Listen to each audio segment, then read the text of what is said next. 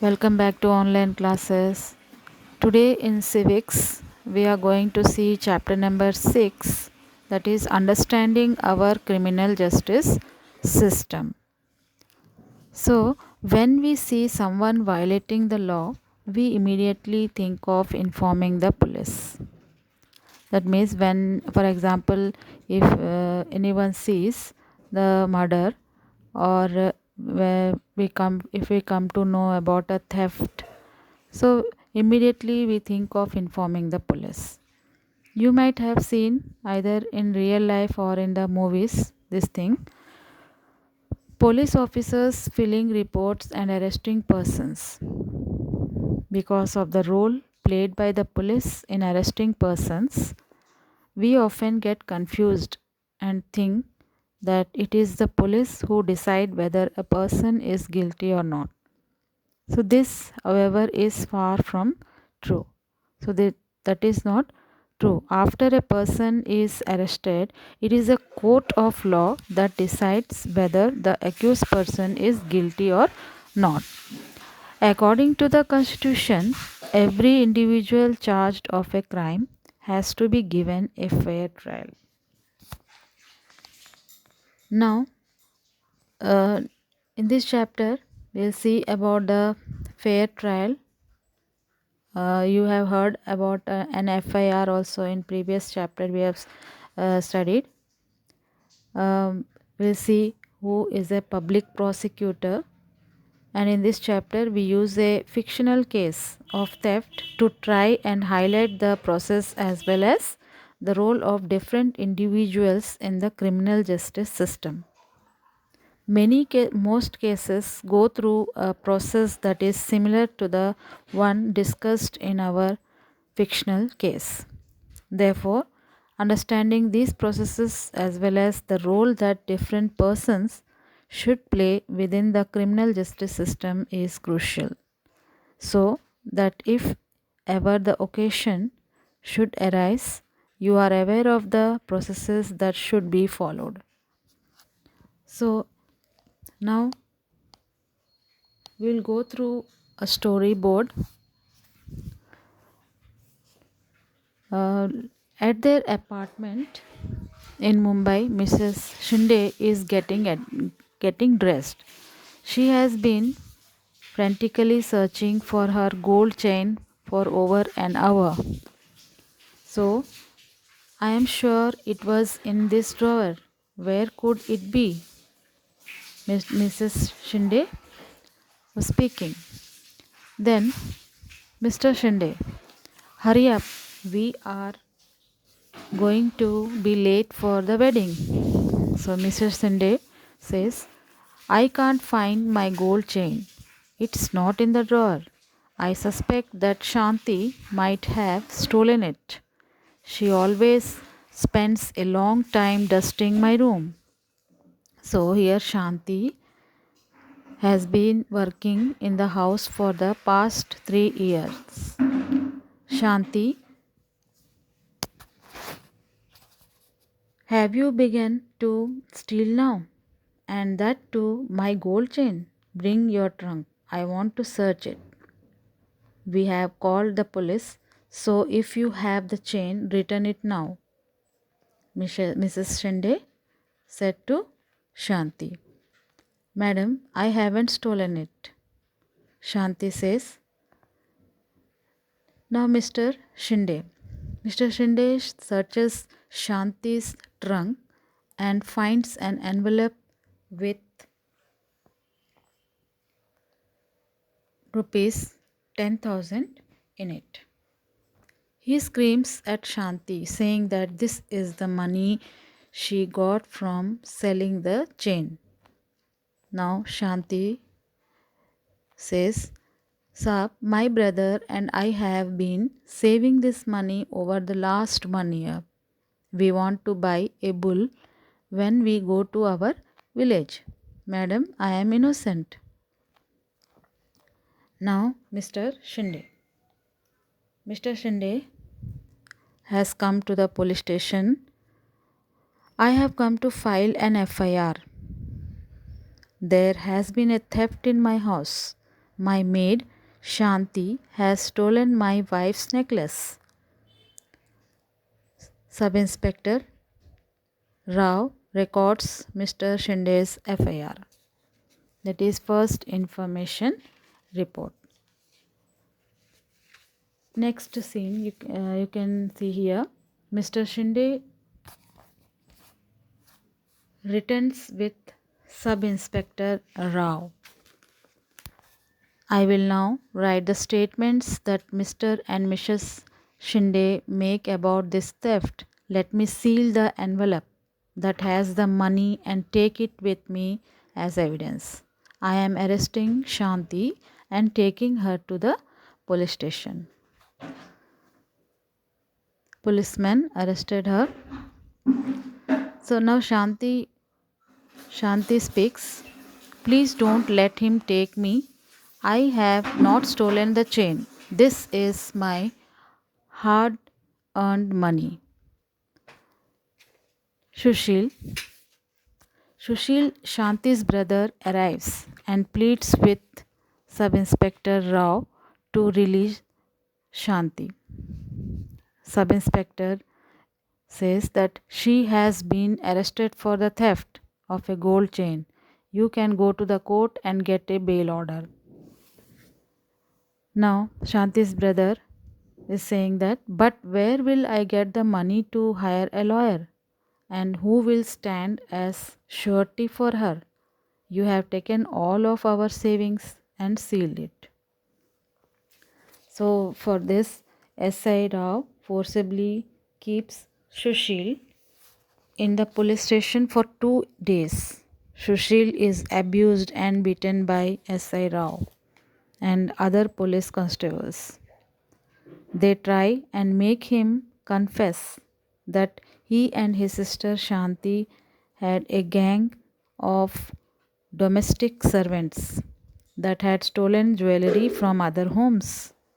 There have been other complaints of theft of jewelry from Shinde's neighborhood. As Sushil keeps repeating that he is an innocent factory worker, the police let him go after 2 days. Although the court granted bail to Shanti after a month, she was unable to get anyone to stand surety for her for rupees 20,000. She therefore continued to be in jail. She is very traumatized. She is worried about what will happen during the trial. She was thinking that what will happen to me? I haven't done anything wrong and yet I am behind bars just because Madam suspects me. And the money that we have been saving, will I ever get it back?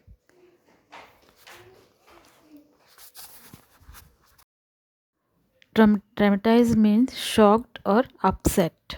So Shanti is very shocked and upset. She is worried about what will happen during the trial.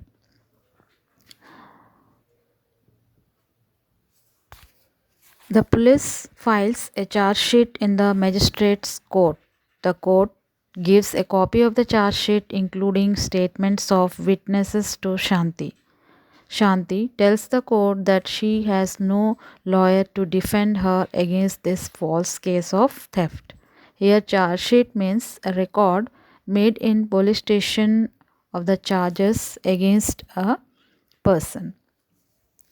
The magistrate appoints Advocate Kamla Roy as Shanti's defense lawyer at the government's expense. According to Article 22 of the Constitution, every person has a fundamental right to be defended by a lawyer. Article 39A of the Constitution places a duty upon the state to provide a lawyer to any citizen who is unable to engage one due to poverty or other disability. So Shanti also got a defense lawyer to defend her against this false case of theft. Now Advocate Kamla Roy meets Shanti. in the court. Here are my case papers. I have been falsely accused of stealing my employer's gold chain, said Shanti.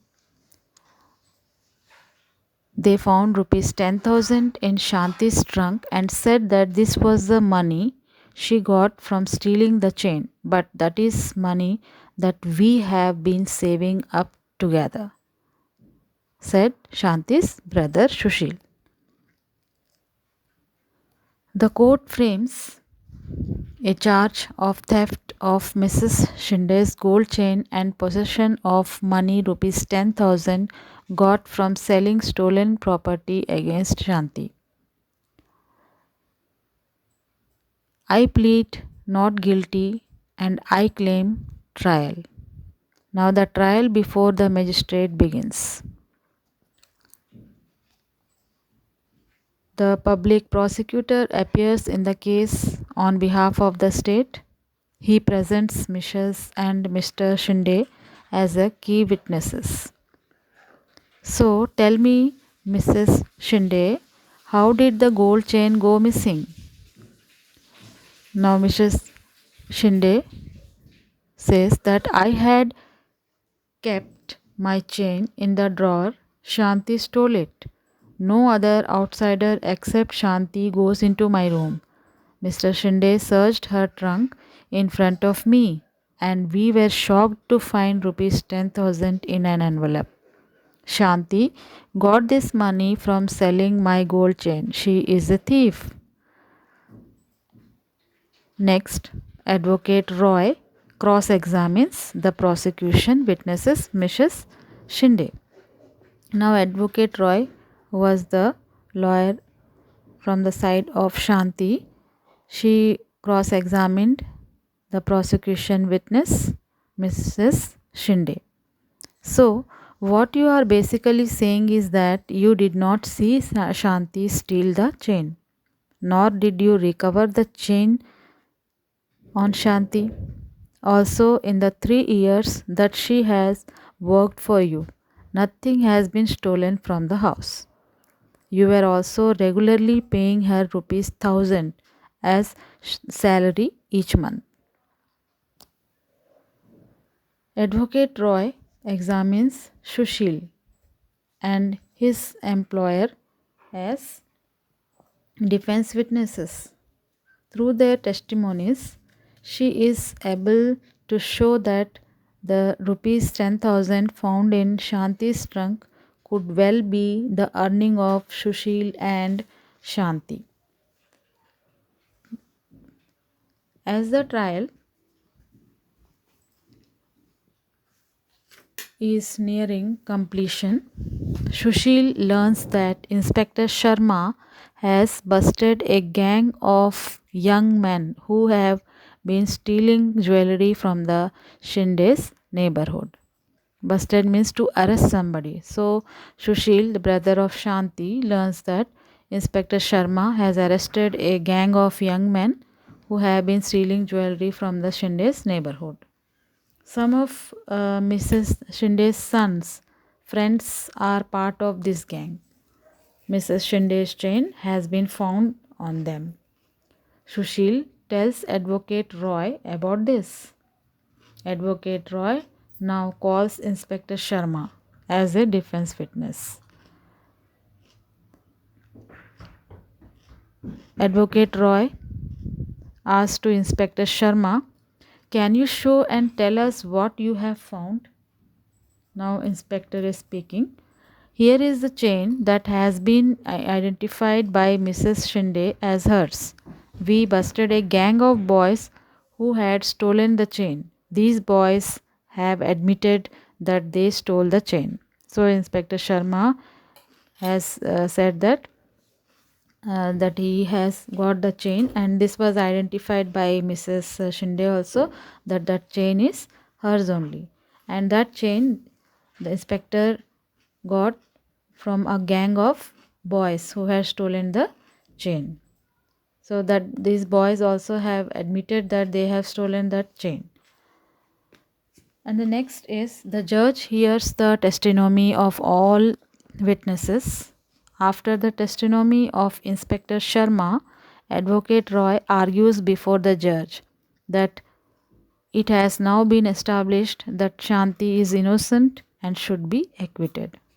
So here testimony means evidence. The judge hears all the evidences of all the witnesses, and after the testimony of Inspector Sharma, Advocate Roy also argues before the judge that it has now been established that Shanti is innocent and she should be released. Shanti, now the judge says that Shanti, you are hereby acquitted of the charge of theft. The police will hand over to you the rupees 10,000 that they had sealed. In my written judgment, I have made it a point to highlight Sub Inspector Rao's role in conducting such a shoddy investigation that made you spend time in jail. From the above incident, you can see that the four key players, who are the four key players in the criminal justice system, that is, first the police, the public prosecutor, the defense lawyer, and the judge. So we have seen the roles each of them played in the above case. Now we will see the roles of these people. So in the next class, children, we are going to see the roles of these people, that is police, public prosecutor, the defense lawyer, and the judge. So children, before ending today's class, I am going to tell you the meaning of shoddy word here. Shoddy means careless. Shoddy investigation it is given here, that means careless. Shoddy means careless. Then one more word which has come in the storyboard is that bail.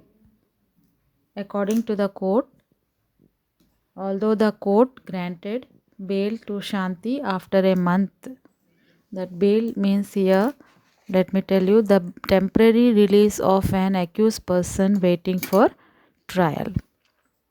So children, this is the end of today's class, and in the next class we are going to see the role of four key players in the criminal justice system. Thank you.